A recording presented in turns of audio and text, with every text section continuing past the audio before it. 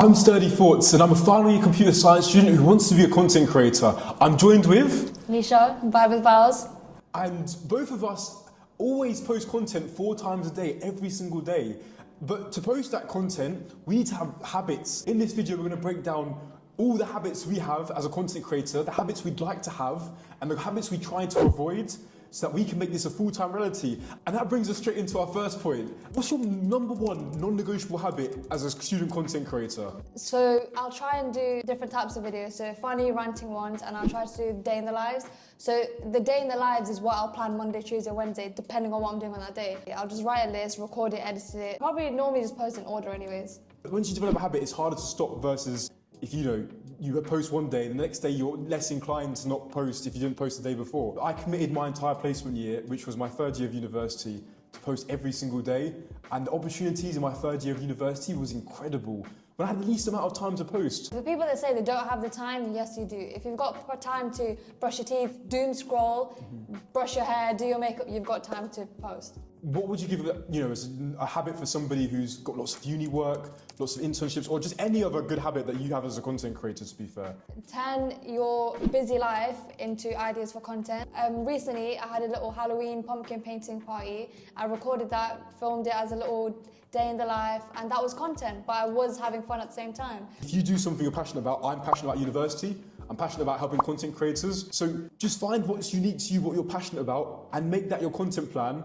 And that means when it's time to make content, it's already there. So you're not having to force it. It's not a chore. It doesn't feel like a job. It's coming to you naturally. You were going to do it anyways, just film it. If you're not around the right people, they are going to hate on you. They're just going to be like, why is everything about TikTok? Why are you always recording this and that? When you start posting, you start realizing certain people aren't liking your videos, certain people aren't reposting, certain people aren't helping you, and then you naturally just lose contact with them. I think this is something every content creator goes through in their journey, which is posting for the first time, right? You have to remember, firstly, most of the time, most people don't care about you, but there will be a subsection of people who will stalk your stuff. They won't follow you, they won't like you, they're just constantly checking your page. Is he succeeding? Of course, it's difficult as it is, but try and make it easier for yourself, right? And surround yourself with the people who are supportive, right? Who do want to see you succeed, who've done content creation before or have pushed themselves and know exactly what it's like. It's not cringe. So for me, it's to keep my circle small, because my friends aren't necessarily content creators, but they understand and they're supportive, which helps me record around them and just be confident. Following on from Leisha's point, as you said, keep your circle small and surround yourself with people who are doing similar things to what you want to do, right? Surround yourself with a whole bunch of content creators, which is what I do. I speak to content creators all the time. It makes my life so much easier.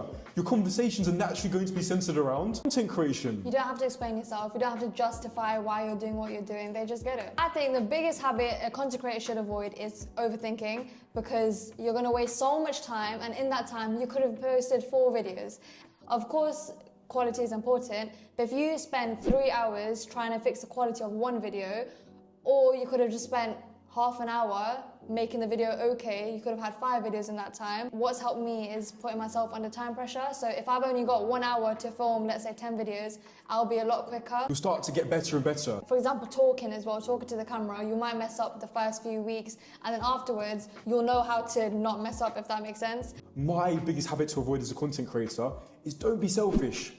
A lot of content creators in their videos, they just love to talk about themselves. You need to talk about things that people relate to and how can they get value from this video, right? If I came on camera and said, guys, I want to talk to you about my day. So I went to Tesco's and I put the kettle on, and I think later on I'm going to go visit the cat.